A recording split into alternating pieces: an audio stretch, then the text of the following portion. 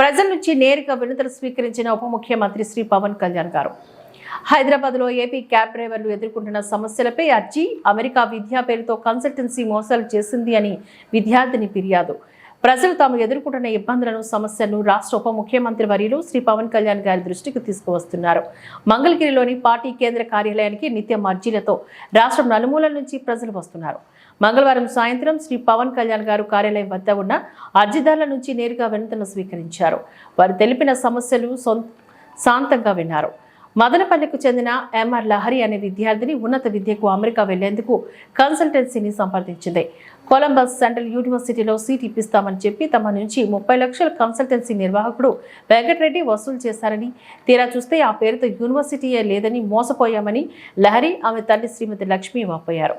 ఇందుకు సంబంధించి వివరాలు నమోదు చేసుకుని పోలీసుల దృష్టికి తీసుకువెళ్లారని తన కార్యాలయ అధికారులను ఉప ముఖ్యమంత్రి ఆదేశించారు. అమెరికాలో ఉన్న విశ్వవిద్యాలయాలు, కాలేజీలకు సంబంధించిన సమాచారం ఉన్నత విద్యకు వెళ్లేందుకు అవసరమైన గైడెన్సీ రాష్ట్ర విద్యార్థులకు అందించేలా చూడాలని విదేశాంగ మంత్రిత్వ శాఖలకు లేఖ రాయాలని నిర్ణయించారు. చిత్తూరు జిల్లాకు చెందిన రిషిత అనే బాలిక నరాల బలహీనతతో బాధపడుతుంది. తమ బిడ్డకు వైద్యం అందించడానికి ఇబ్బందులు ఎదుర్కొంటున్నట్లుగా తల్లిదండ్రులు తమ గోడు వెళ్లబోసుకున్నారు. వివరాలు తీసుకుని మెరుగైన వైద్యం అందించేందుకు వైద్య నిపుణులతో సంబంధిత శాఖతో మాట్లాడాలని కార్యాలయ అధికారులకు సూచించారు. ఉమ్మడి తూర్పుగోదావరి జిల్లా నుంచి మల్టీపర్పస్ హెల్త్ అసిస్టెన్సీ తమ సమస్యలు వివరిస్తూ వినతి పత్రాన్ని అందించారు.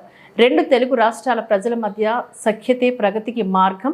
All India పర్మిట్తోనూ Telangana temporary permit కట్టుకుని క్యాబ్స్ నడుపుతున్న ఆంధ్రప్రదేశ్ డ్రైవర్లను హైదరాబాద్లో అక్కడి డ్రైవర్లు అడ్డుకుంటున్నారని, ఫలితంగా 2000 కుటుంబాలు రోడ్డున పడుతున్నాయని ఏపీకి చెందిన క్యాబ్ డ్రైవర్లు ఆందోళన వ్యక్తం చేశారు. జూన్ 2వ తేదీ నుంచి ఉమ్మడి రాష్ట్ర పరిధి అయిపోయిందని చెప్తూ ఇబ్బంది పెడుతున్నారని చెప్పారు. శ్రీ పవన్ కళ్యాణ్ గారు స్పందిస్తూ ఉమ్మడి రాజధాని గడువు కాలం అయిపోగానే ఆంధ్రప్రదేశ్ క్యాబ్లు హైదరాబాద్లో ఉండకూడదని అడ్డుకోవడం సబబు కాదు. 2000 కుటుంబాల వేదన దీనిలో దాగుంది. కార్మికులు కలిసికట్టుగా ఉండాలి. తెలంగాణ డ్రైవర్లకు విన్నపం, ఇక్కడ రాజధాని పనులు మొదలైతే ఏపీ డ్రైవర్లకు ఉపాధి మెరుగవుతుంది. అప్పటి వరకు సాటి డ్రైవర్లపైన మానవతా దృక్పథంతో ఉండాలి అని విజ్ఞప్తి చేస్తున్నామని చెప్పారు. తెలంగాణ ప్రభుత్వం స్పందించి సమస్యను పరిష్కరించేలా చొరవ తీసుకుంటాం. 2 తెలుగు రాష్ట్రాలు తగు విధంగా సహకారం అందించుకోవాల్సిన అవసరం ఉంటేనే ఉందని అన్నారు. 2 తెలుగు రాష్ట్రాల ప్రజల సఖ్యతే మనల్ని ప్రగతిలో ముందుకు నడిపిస్తుందని హితో పలికారు. ఇక్కడున్న ఆంధ్రప్రదేశ్లో డ్రైవర్స్ మీరందరూ సో అది ఉమ్మడి రాజధాని అని చెప్పి మీరు అటు వెళ్ళిపోయారు, హైదరాబాద్కి వెళ్ళిపోయారు. ఇది మన ఉమ్మడి రాజధాని అని చెప్పి. సో మీరు ఎక్కడ మీ బేసిక్ ఈ సవారీ అంతా ఎక్కడ చేస్తారు? Hyderabad local sir. మొత్తం ఎంతమంది ఉన్నారు మీరు? మన మోటార్ ఫీల్డ్కి ఒక 2000 మంది ఉంటాం సార్. తెలంగాణ ప్రభుత్వానికి కూడా నా విన్నపం, దాదాపు 2000 మంది ఆంధ్ర డ్రైవర్స్ ఉమ్మడి రాజధాని పరిధిలో ఆల్ ఇండియా పర్మిట్ తీసుకొని తెలంగాణ టెంపరీ పర్మిట్ తీసుకొని ట్యాక్సీలు నడుపుతూ ఉన్నారు. దాదాపు ₹1,00,000 ఈ లోన్ తీసుకొని పోస్ట్ మన ఉమ్మడి రాజధాని టైం అయిపోయింది అని చెప్పి అక్కడ స్థానికంగా ఉన్న వేలాది ఆంధ్ర డ్రైవర్లని ఇబ్బంది పెడుతున్నారు. సో ఇది నాకు రాత్రి నా దృష్టికి వచ్చింది, ఇప్పుడు నా దృష్టికి వచ్చింది.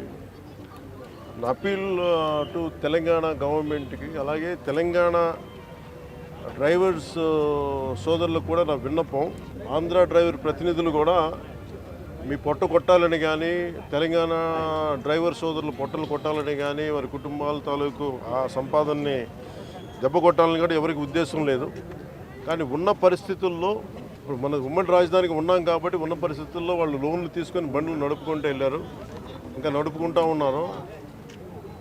నడుపుకుంటా ఉంటే ఈ పరిస్థితుల్లో మనకి గొడవలు దేనికి? నా అప్పీల్ టు తెలంగాణ డ్రైవర్ సోదరులకు కూడా నా అప్పీల్ ఏంటంటే, తెలంగాణ సంక్షేమం కోసం, తెలంగాణ బాగు కోసం కోరుకునే వ్యక్తుల్లో నేను చాలా బలమైన వ్యక్తిని. ఆంధ్ర రాజధాని కూడా ఇక్కడ బలంగా ఎందుకు ఉండాలి, లేదంటే ఆంధ్ర అభివృద్ధి ఎందుకు ఉండాలి అని ఎందుకు కోరుకుంటున్నానంటే, భవిష్యత్తులో ఇలాంటి రాకూడదనే, ఉత్పన్నం అవ్వకూడదనే నా కోరిక. అందుకనే ఆ పరిధిలోనే మేము చేసుకుంటా వెళ్ళిపోతూ ఉన్నాం. 1-2 లక్షలు లోన్లు తీసేసుకున్నాం.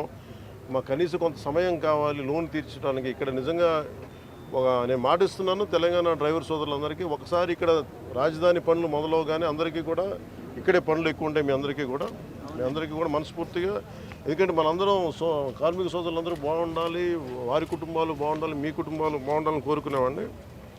సో ముందస్తుగా నా విన్నపం, క్యాపిటల్ పరిధిలో ఉన్న హైదరాబాద్ పరిధిలో ఉన్న తెలంగాణ డ్రైవర్ సోదరుల సంఘాలందరికీ కూడా నా విన్నపం ఏంటంటే ఇది కొద్ది కాలం కొంత సహనంతో భరించండి.